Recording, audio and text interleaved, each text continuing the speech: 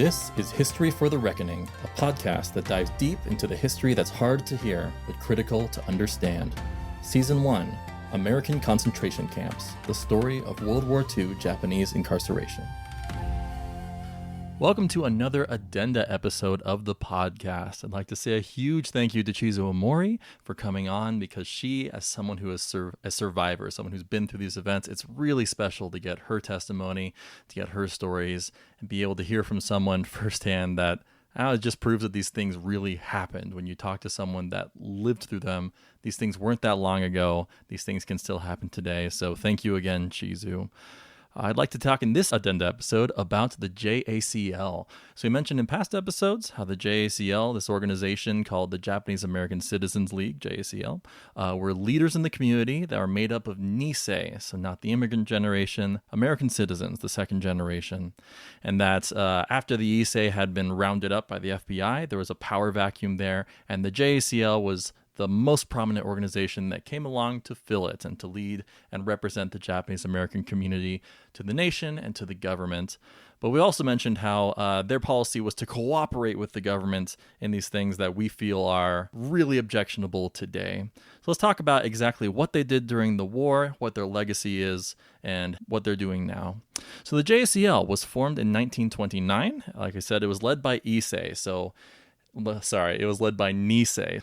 Now, interestingly, in 1990, the JACL published a report. They'd hired a historian named Deborah K. Lim as a researcher to investigate what the JACL did during the war. They chose to do this. They were not forced to do this, but there are many rumors about what the JACL had done in relation to the government during the war, so they wanted it to be all out in the open. And thankfully, Frank Abe, who we're going to hear from in a future episode, he'll be one of our guests, has made the entire report that Deborah K. Lim prepared available on his website, resistors.com. So I'm going to be referencing it heavily and going through each major section of the report throughout this episode. So first, in the pre-war period, there were times when the FBI clearly reached out to the JACL and were asking for intelligence on specific individuals. So they'd go tell us a little bit about person X, and it seems like the JACL did cooperate in those things. They claim they didn't give additional information. There wasn't a witch hunt. They weren't trying to go deep and rat out people, but they do admit that they responded to the FBI and naval intelligence when they had questions in the pre-war period. So the next section is about the response to Pearl Harbor. So after Pearl Harbor, obviously huge events, both for the country, but also in the Japanese American community. And the JACL kind of went into overdrive at that point. So many regions that the JACL were divided into formed really special committees that were even more zealous for supporting American causes and trying to show loyalty to the American government. The most famous one is called the Anti-Axis Committee. They pledged loyalty immediately to the country, to the president, and they reached out to various authorities to pledge support, to offer help. There's even this quote that came out over the radio at the time from the JACL. It said, quote, "We are all Americans pledged to the defense of the United States. Any disloyal act or word by any Japanese or American citizen of Japanese descent harms the United States. As Americans, we now function as counter-espionage. Any act or word prejudicial to the United States committed by any Japanese must be warned and reported to the FBI, Naval Intelligence, Sheriff's Office, and local police. Any menace to the security of our country must be thoroughly and completely wiped out." Close quote. So they were particularly distrusting of the Kibe. You remember from a previous addenda, the Kibe are those who were American citizens but had been educated in Japan, and many in the leadership of the JACL were particularly suspicious of them, and at this time furnished a list of the Kibe to the FBI, these people that they thought should get particular notice by the FBI. So the next section is response to military orders and the curfew. So remember, after Pearl Harbor, military orders came down on the West Coast, often that particularly affected or particularly applied to those of Japanese descent. So let's introduce here Mike Masaoka. He was one of the leaders in the JACL throughout this period and even after this period. He was from Salt Lake City, so the orders didn't affect him personally, but he was a big mover and shaker in the JACL, and a lot of his influence is seen in this entire report, this entire period. So a lot of the quotes that I'll be pulling out are directly from him. A lot of the memos had his name on them. Even if he wasn't the primary author, he was a part of it. At this time, he floated the idea of a suicide battalion. So this did not come to be, but there is evidence that he actually did float it to authorities as an idea. The idea being that why don't we draft a whole bunch of Japanese Americans to be soldiers, because he really felt like going into the military, fighting for your country would prove their loyalty. And to make sure that they stayed on task, that they are loyal, we're going to keep their families as these hostages. So we're going to put these men in horrifically dangerous situations. So it's kind of like they're always on a suicide mission. To make sure that they follow orders, we're going to keep their families hostage. So a really alarming, awful thing to suggest. It did not come to be. But what did come to be is that when the American government did recruit Japanese Americans, even draft them, they put them into a segregated unit that was only Japanese Americans. And when they were sent over to Europe to fight the Nazis, they were put in particularly dangerous missions and were given orders that put them in harm's way. It's arguable, but I think they were genuinely put in harm's way more than their white counterparts would have been. So it might be that there's a holdover from the suggestion that Mike Masaoka made. So the JACL were consulted as these orders were put in place, as the suggestion that all of Japanese Americans were going to be forcibly removed from the West Coast. The JACL were able to give their thoughts, give their feedback. In fact, Mike Masaoka testified before Congress on the matter in March of 1942, saying, quote, "With any policy of evacuation definitively arising from reasons of military necessity and national safety, we are in complete agreement. As American citizens, we cannot and should not take any other stand. But also, as American citizens, believing in the integrity of our citizenship, we feel that any evacuation enforced on grounds violating that integrity should be opposed." So the party line, the JACL stance, was that they'd cooperate with what the government wanted, but they wanted rights respected. In particular, they had memos about how they expected that if these orders came down, they would not just be applied based on race, that they would be applied to, for instance, all those who were descended from enemies of the United States at that time. So it would include Italians, it would include Germans. That did not end up happening, but their official stance was, we will totally cooperate, but we want you to respect individual rights, and we want this to be done in an orderly way. They really felt that that cooperation was going to help their community later. In particular, it'd score like points so that they could influence the conditions that would be affected later, that they could try to make things as good as possible. So the next section is actions initiated in the community, which is to say the U.S. government didn't make them do this. The JACL chose to do it themselves. The biggest one is the Kibei survey. So we mentioned how they furnished a list to the government of here's all the Kibei, those who've been educated in Japan but are American citizens. The JACL at this point took it a step farther. They chose to do an in-depth survey of all the Kibei. They really distrusted them. So this was things like detailed demographics of the Kibei, where they live, their hobbies, all these kinds of things. They sent it out to all of their chapters and expected every chapter to fill out information about all the Kibei in their chapters, but I think also in their communities. They really wanted to take a survey of all the Kibei and expected this to happen. There were also accusations of this time that the Nisei and JACL in particular were taking advantage of the tough spot that Issei were in. Like maybe an Issei father had been removed from the home, now the wife's in a tough position, or that these Issei, maybe they didn't have the language ability, or because they weren't citizens, they lacked certain rights. And so there's this accusation that they're being taken advantage of by giving one accusation was Nisei might step in and take over a business, take over property, that kind of thing, and leave these effectively widows, these women whose husbands have been taken away without any recourse, leave them out in the cold. The report does not give direct evidence of that kind of thing happening. Doesn't mean that didn't happen. But one thing that came up a lot was this accusation of Issei might go to the JACL and look for help. So legal help, things like travel orders, the ability to voluntarily leave the state of California, the West Coast, and that the JACL were accused of charging them exorbitant fees to do this kind of thing. Based on the report, it's not clear that this happened at all. It probably did, because there's enough stories from different places that makes it sound like this definitely happened, but it is pretty clear that this was not JACL policy. It was pretty clearly denied by the JACL at the time. The next section is the JACL position on legal test cases. So as these orders were coming down before the forced removal, like curfews, like the inability for people to travel, military orders, and then as the forced removal happened, It was pretty clear to a lot of people in the community that this was unconstitutional. These kinds of orders would not stand up in court. And so there were several people that wanted to make legal test cases. Let's purposely break these orders so that it can go to court and we can prove by in front of a judge, in front of a jury, that these things are unconstitutional and have it all struck down. The JACL was very against doing this kind of thing. They thought that biting back was going to make the entire community look bad. The JACL position was, let's just cooperate. We know that it's ridiculous. We know that maybe they wouldn't even hold in court, but we insist on cooperating to look like loyal Americans. One note that I'll put there is that the ACLU also refused to take up these test cases. So the ACLU, the American Civil Liberties League, who is very famous for defending the civil liberties of American citizens through the law, were also not on the side of testing these orders against the Japanese Americans at this time.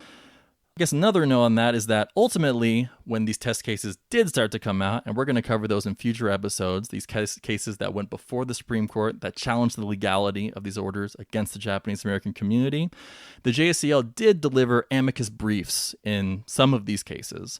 So you could say their stance changed, turned around, or at least became more nuanced. They did try to offer some support to these cases as they went on. So next is their relationship with the War Relocation Authority and other government agencies. So the War Relocation Authority, WRA, was the organization that set up the camps, that had everyone moved into the camps, had to take care of them once they were there. They were the jailers, I guess you'd say. So there was clearly a close relationship between the JACL and the WRA. JACL members had preferred positions within the camps. They had these trusted positions in the camps. So this started to really make people in camp angry. It started to feel like the JACL were completely selling out the rest of the Japanese American community for their own benefit. They were getting these preferred positions. What's most troubling is the assertion by Deborah Lim that some of these JACL leaders were literally on the WRA payroll. But from my reading of it, in my opinion, the evidence she cites doesn't directly support that. Although it's bad enough that it is clear that these JACL leaders, Mike Masaoka included, had great influence within the WRA. So they submitted a lot of memos with like their suggestions for what should be WRA policy. And in a lot of cases, that did end up becoming WRA policy. So I don't think they were literally on the payroll, but I think they were doing things as though they were on the payroll regardless, that they were really trying to make things happen that ultimately did happen. So one of those things is like the suggestion of segregating those that were thought to be troublemakers, which did come out later. One bombshell that Deborah Lim throws out in the report is how the JACL oversold their influence to the government. They said they had many more members than they actually did. They said they were more influential within the community and were respected, more powerful than they actually were. That's very interesting that she was able to find evidence of that and cite it. So the JACL also helped with recruiting soldiers once the government wanted the Nisei, these American citizens, to join the military. The JACL was convinced, and they were probably ultimately right about this, that the greatest way to prove loyalty, to make the rest of America trust Japanese Americans, was to show them fighting and dying just like all other Americans for their country. They thought it was going to be a very good look. At this point, they also complained when these Japanese American soldiers, were treated badly. So there was an instance where like the President of the United States was going to be going through camp, and at that camp, the military leaders told all of the Japanese American soldiers, stay in your barracks, we don't want the president to see you. And the JACL did make a formal complaint about that. All right, the next section is about activities in the camp. So it is clear that the JACL was close to camp administration. They were the most likely to be, you could say like sucking up, but like bending the knee to camp authority, because this was an extension of bending the knee to all American government policy to look like good citizens, like they were cooperating. There was definitely a few notable individuals that would make reports on their fellow prisoners in the camps, like they were ratting out the people that were incarcerated with them. It's not clear exactly how widespread this was, and in fact, in the report, Deborah Lim points out that the government themselves admitted that a lot of the information wasn't that helpful. They didn't get as much as maybe they were hoping, but it definitely happened. So because it definitely happened, that caused a lot of tension. So in particular, in Manzanar, we mentioned the Manzanar riots in a previous addenda, how these tensions around the JACL members are getting preferred positions in the camp, like they're getting the better jobs. So it seems to be also a correlation where we suspect that these JACL members are reporting on us. They're trying to sell out their own community.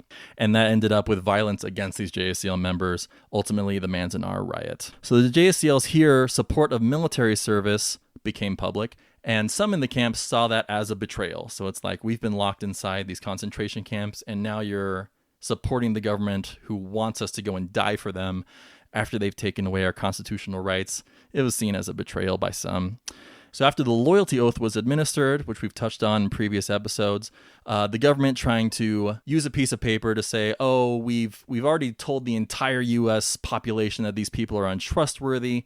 We need some kind of like rubber stamp to say, oh, they're trustworthy enough that their sons can be drafted into the military. So they gave out this loyalty questionnaire, and there are two famous questions on there that people found objectionable, and they rightly did. And sometimes people chose to take a moral stance and say no and no to those two questions, which we're going to talk about the loyalty questionnaire in depth later. But suffice to say, some people took a stance and said no to two particularly objectionable questions on that survey. They were called no-nos. And the JACL stance was that we should segregate these people, that they inherently had become disloyal, or at least their loyalty was in question for having made that stance, and they had forfeited their rights to be among the rest of the populace that needed to be segregated. What is interesting, at the same time, they did not think that this level of disloyalty was tantamount to these people forfeiting their American citizenship. So they still thought these people have rights, but they've taken a stance that makes them inherently untrustworthy. We should segregate them, and that happened in Tule Lake, which we've touched on a little bit before, the prison within a prison, the maximum security camp, as some have called it. So finally, in the report Deborah K. Lim put out is the position on action on those resistors. So within the camps, we're going to touch on this when Frank Abe comes on the show. He's not going to touch on it. We're going to talk a lot when Frank Abe comes on the show, those who chose to resist these government actions. And the position of the JACL was a hard no, like anyone who tried to resist, particularly the draft. So I will point out that they had read the Pulse of America correctly. The rest of American society at this time felt like draft dodging was the most awful thing that you could possibly do. America was like, we're in a war. We're all on the same team here. Everybody better get on board. If you're drafted, you got to go. There's absolutely no alternative. And so the JACL took a really black and white view of this stance. The people who chose to resist the draft, as in not show up for their draft appointments in the camps, most of them did it as a principled stand. This was their best way of protesting the treatment that they had received when their constitutional rights were taken away and they were put in these concentration camps.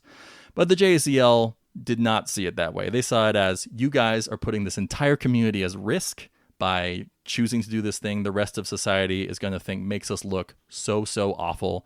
So how dare you do that? We're going to throw the book at you. They really wanted these people to be put down, convinced of the error of their ways, that kind of thing. So that ends the Deborah K. Lim report. Now, you might think this all sounds pretty damning, and I'd agree it was. Like, I completely disagree with the JACL's stance on most of these things during the wartime. As Emily Inouye Huey pointed out in her interview, a lot of these actions were taken because the JACL desperately wanted the American public to see Japanese Americans as loyal despite being of Japanese descent. I think they went about it the wrong way, but they really felt it was the right action at the time. I will point out that after the war, the JACL has, to a much greater degree, I think, lived up to their ideals as a civil rights organization. So they've supported civil rights efforts in many arenas.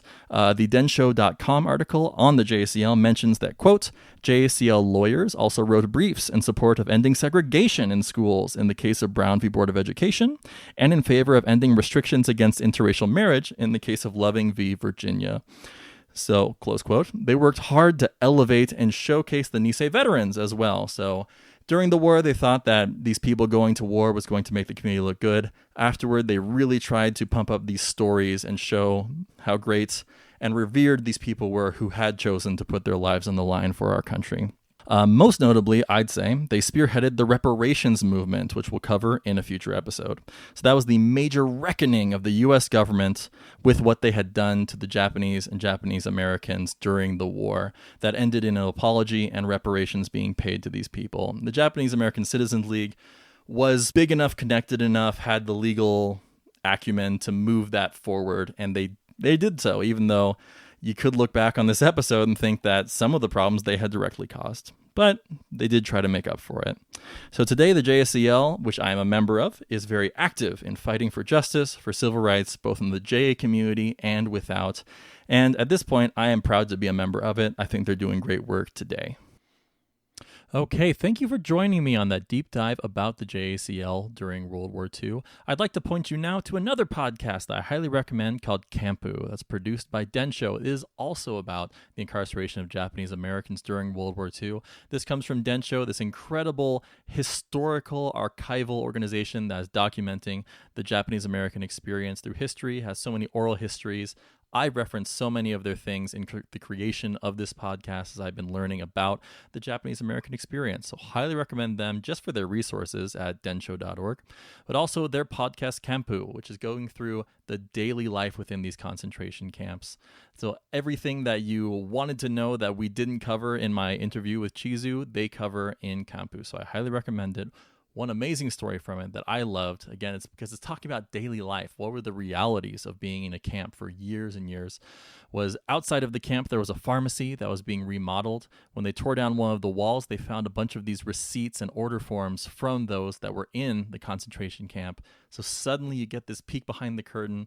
What were people ordering? What did they want? What did they need? What were influencing their daily realities that they tried to make up for by ordering from a pharmacy? It seems so simple, but today it's just this incredible piece of history. So I'm going to play their trailer now, but I really hope you're going to check out Densho's Kampu. Seiichi Tsuji was finally leaving. Not that he really had a place to go. For 3 years behind barbed wire, Seiichi received a train ticket to wherever he wanted, shipping for whatever belongings he had left, and $25. Like most of the people who were leaving, he didn't have much anymore. He'd lost, among other things, the car, the tractor, and the farm where he'd raised 4 children and buried another. Still, during his last few days at Heart Mountain, he fashioned scrap wood into boxes, packed them with care, hammered them shut. They were so heavy the soldiers could barely lift them onto the truck. It feels like rocks, one of them complained. He was right. When Seiichi's wife asked him why he had packed crates of rocks, he told her he thought they were beautiful. From Densho, I'm Hannah Maruyama, and this is Kampu.